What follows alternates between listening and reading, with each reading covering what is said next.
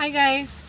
So I didn't update you guys about Ivan last week, not because there were no updates, and not because I didn't want to, but because I just had no time. School is keeping me incredibly busy. But I have lots of fantastic news. Ivan has been eating. I'm so happy. He still has to have the feeding tube, and he is not eating enough to take the feeding tube out, but he's eating, and he's eating more and more every day, so I'm very excited about this. Let's talk about complications that he's had with his feeding tube.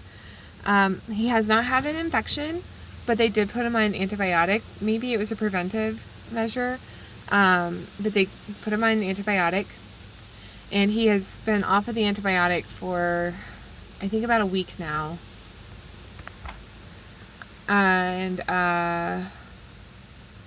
So he has not had any infections. He's had issues with, if we are feeding him through the tube, sometimes it would come back up through the tube, or we'd go a little too fast for him, and it would come back up into the back of his mouth, and he'd go and swallow it. We've had issues with that. But I think a lot of that is actually his stomach, because we're having to give him a stomach motility medication to keep everything moving, because things just were not moving correctly anymore. Let's see, he had really bad constipation, but I took him to the vet. That was a week after he got out of the hospital. I took him to the vet, and they gave him 2 enemas, and they cleared him, and he's been feeling so much better ever since. He did pull his feeding tube out a week ago, about a week and a half ago, and they had to put it back in. Thankfully, my mom was there. She stuck it back in for him, so all they had to do is check the placement and then stitch it.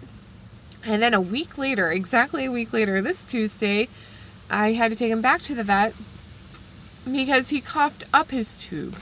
He apparently, since he was starting to feel better, started grooming himself a lot more, right?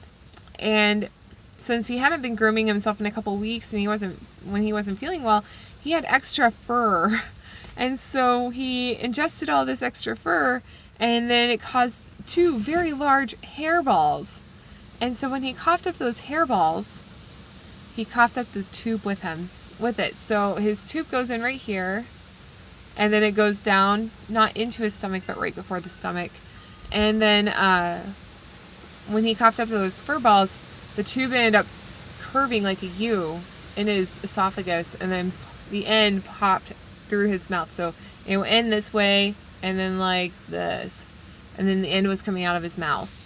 And he actually chewed off the end of it, about this much of it.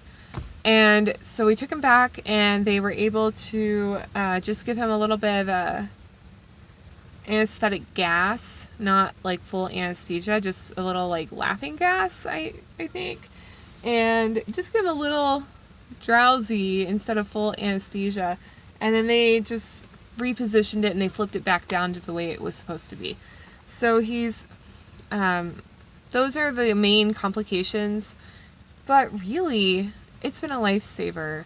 If you have a cat with pancreatitis and then hepatic lipidosis, I definitely think a feeding tube should be used.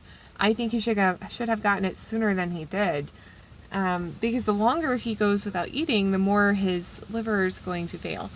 And they looked at him yesterday, and they said that he is not looking as jaundiced anymore. In fact, the vet tech said that when he looked at Ivan earlier, he had totally forgotten that Ivan was a jaundiced cat, because most of his skin, he has a lot that's exposed because of shaving for the surgeries and stuff. Most of his skin is back to its normal pink or flesh color.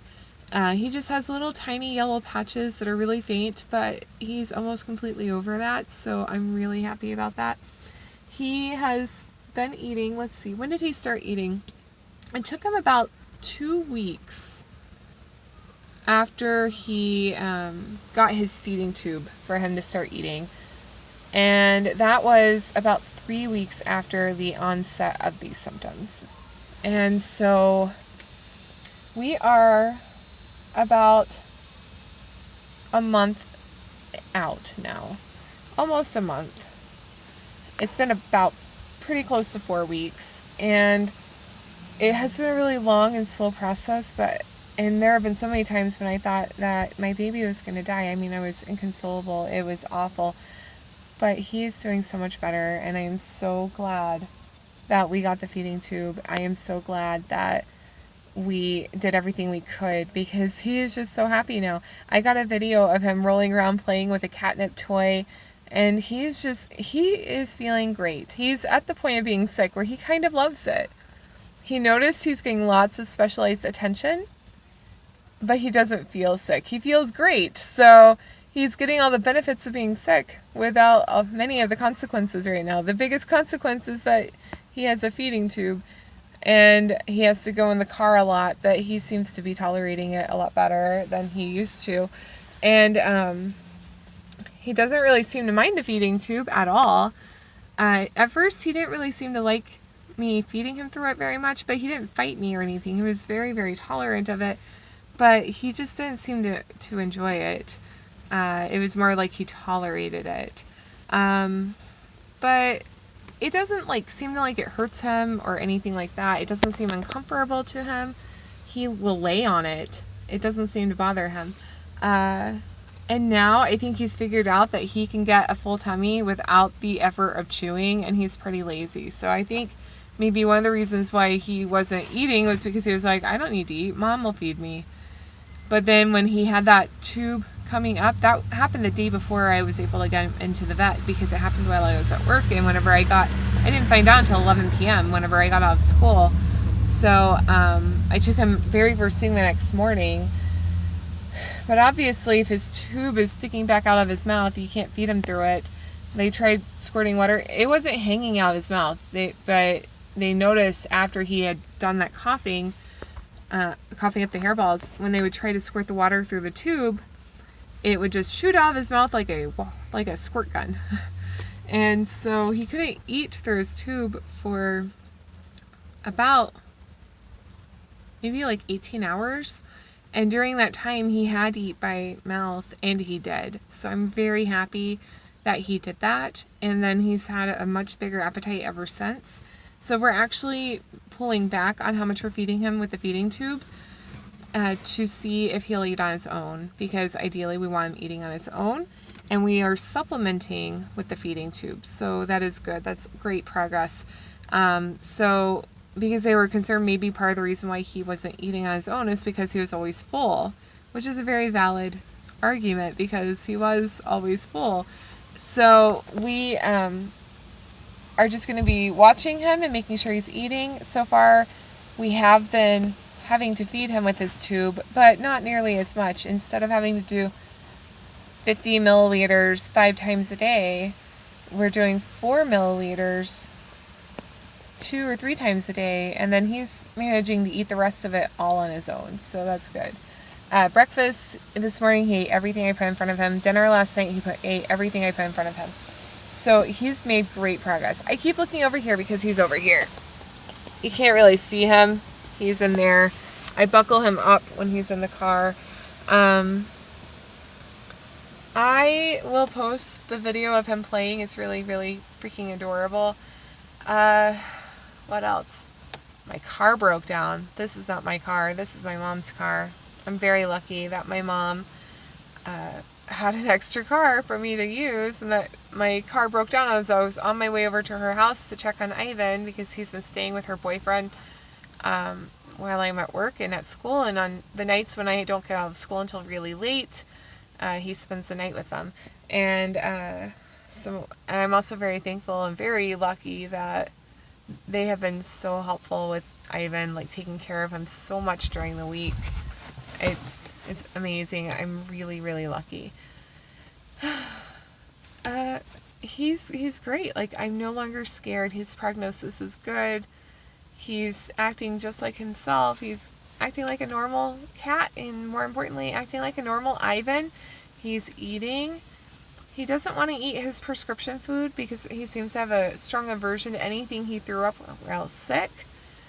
But he's never been a picky eater, so I think that we could maybe get him to eat it again if we are, maybe if we like gradually mix the foods together, I think we'll be able to get him eating it again. And then hopefully I can get him eating more dry food, and so he's not just dependent on eating the wet food. He's getting a little spoiled to that, but he's doing great.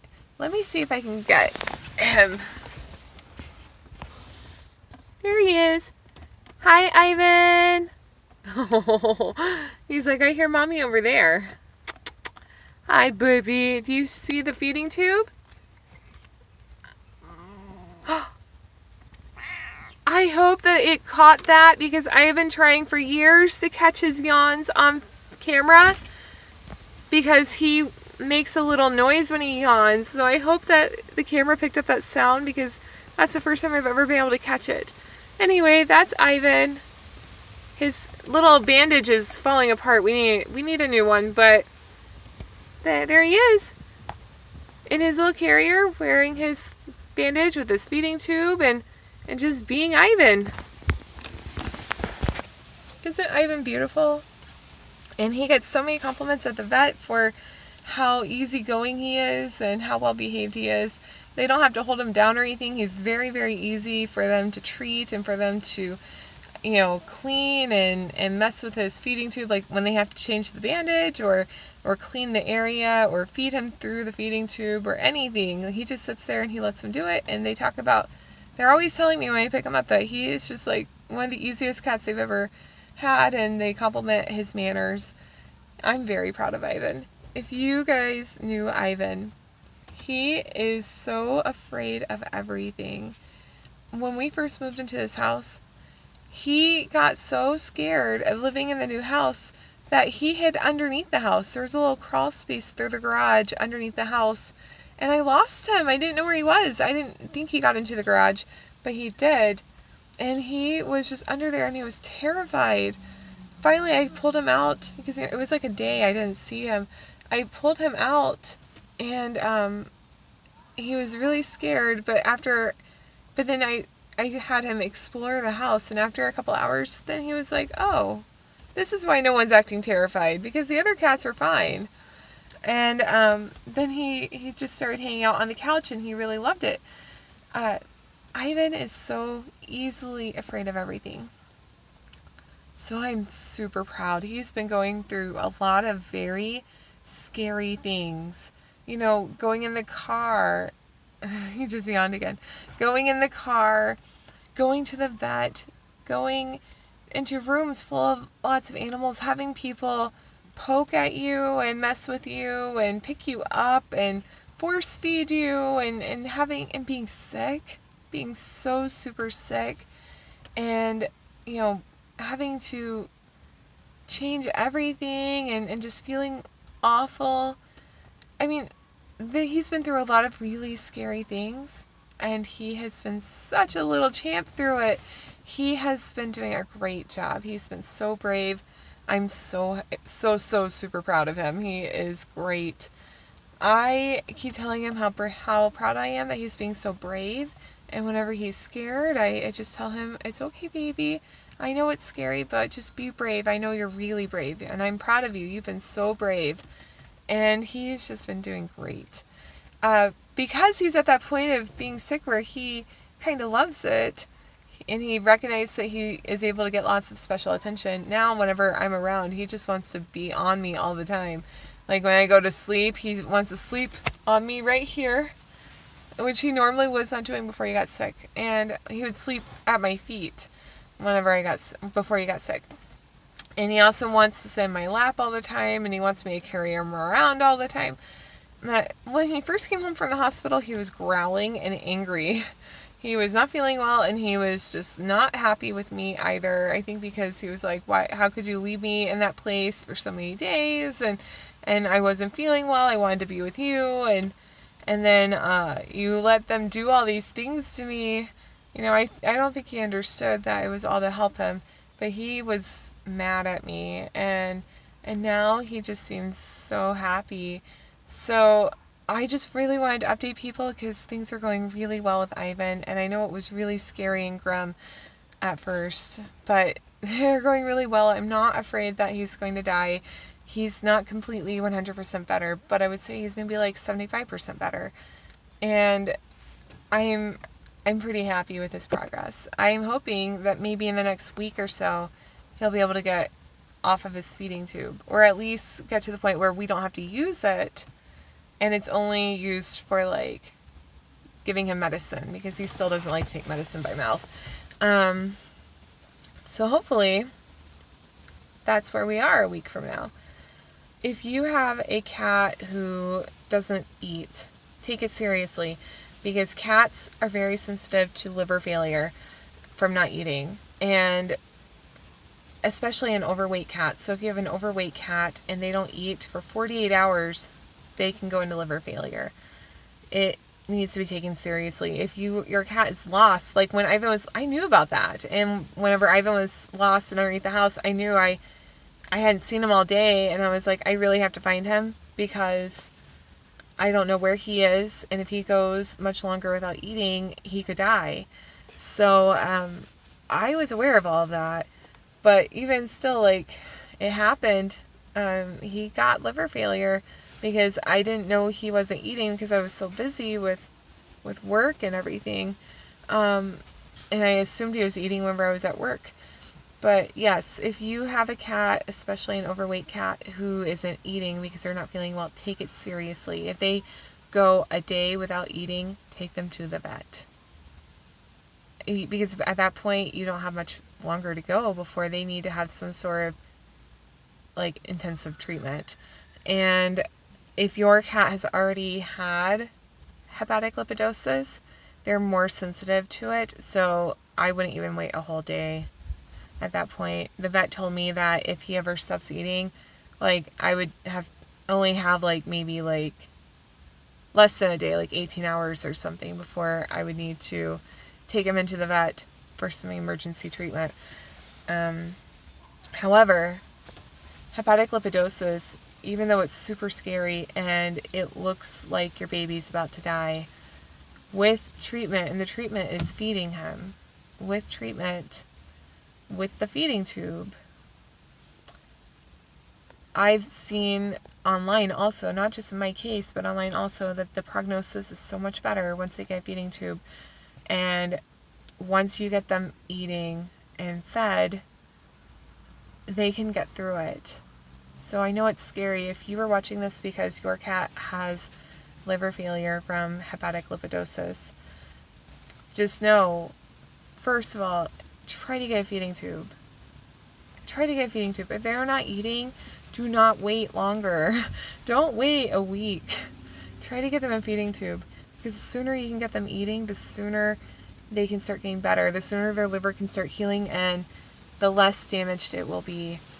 And just hang in there. It's a lot of work. Oh my God, it's so much work. But try to find a way to make it work, because a cat shouldn't die from this. I mean, obviously there might be times whenever it's so advanced, there might not be any way of saving the cat, but hopefully it's not happening that way for you. I just really, really urge you, please, even though it looks so grim, and your baby is just looking so weak and sick, and you're just worried for the worst, get the feeding tube. It costs me about $350 or something, and it was worth it. I would rather have Ivan than $350, and it turned everything around. If I had gotten it sooner, like the second day that he was in the hospital, he might have recovered faster, because he might not have gotten as sick as he did. So I just really urge you to get the feeding tube, and just keep in mind, there are hard days, and there are going to be days where he seems to be doing better, and then he seems to be doing worse, and it goes up and down. But he can get through it. She can get through it. Your baby can get through it. Just keep feeding them. I am so happy for Ivan's outcome, and I know it's so scary. I can definitely relate, but I think it's definitely not something where euthanasia is a better option. And it's a treatable condition, and I can see lots of people turning to euthanasia because they're scared, because they think feeding tube, like in humans, feeding tubes often are for people who are on life support or other horribly, debilitating illnesses that are maybe chronic, and they just get really scared, and then they start to think that maybe the cat won't like it. And also I think the price tag scares them. But I'm so glad that euthanasia wasn't an option for him, because he got over it. And even though it seems like they are knocking on death's door, because he did seem like that, it's treatable. So I urge you, please get a feeding tube and feed them, and wait it out. Be patient and expect some ups and downs. And then within a few weeks, they perk up and they start feeling better, and they start eating, and they get better. It's like that. It's not something where the rest of his life is going to be painful because of this. It's a temporary condition, and he is getting over it. Anyway, that is my update. I wanted to talk about how much better he's doing, and also I wanted to tell you guys, in case you're watching this video because you're going through this, that there is a light at the end of the tunnel. Please get the feeding tube. If your vet says no, please try to keep finding a vet until you find one that does. One of my viewers commented that her cat was going through this, and she took him to 2 different vets, and both vets said no to the feeding tube, and unfortunately her cat died. Not getting your cat a feeding tube with this condition is a death sentence, because the treatment is eating, and the reason why they are sick is because they're not eating. And that was just so frustrating. Like, I actually started crying. It broke my heart. Like, as she was commenting all these things, it broke my heart. And I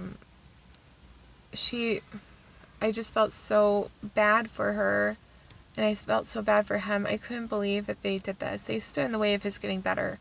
And their reason for it was because they said feeding tubes can get infections. Well, you know what? You can also treat infections. You can't treat death. I would rather risk the small risk of infection that is treatable with antibiotics than risk the absolute certain outcome of death. To me, that seems like a no-brainer.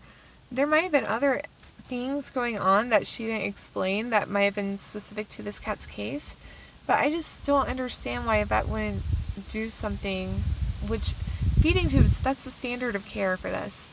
So I feel so bad for her. I mean, my heart aches.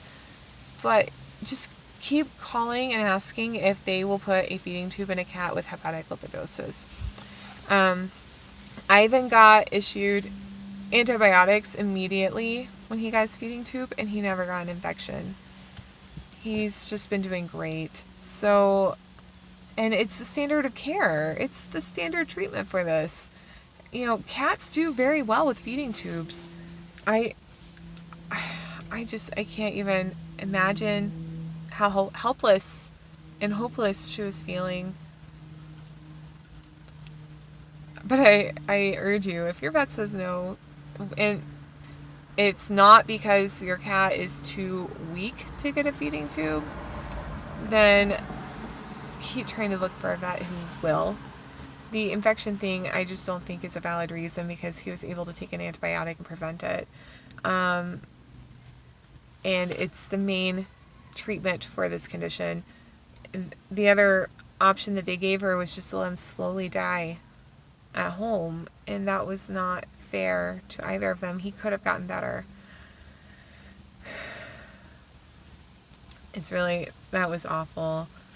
I mean, there are times when a cat's not going to be stable enough for surgery, and I can understand that, because the doctor might not want to put the cat under anesthesia because the cat is so weak that they're not able to survive surgery, and in that case, they would probably want to force feed the cat and try to get them stronger. But that was not the reason that the two vets gave for this. So I just couldn't believe that. Anyway, it's starting to get dark here. I am home. I didn't have school today because it's Friday. I have school Monday through Thursday. I'm going to go inside and eat and study and hang out with my babies. I hope you guys have a great weekend. I love you guys. Bye.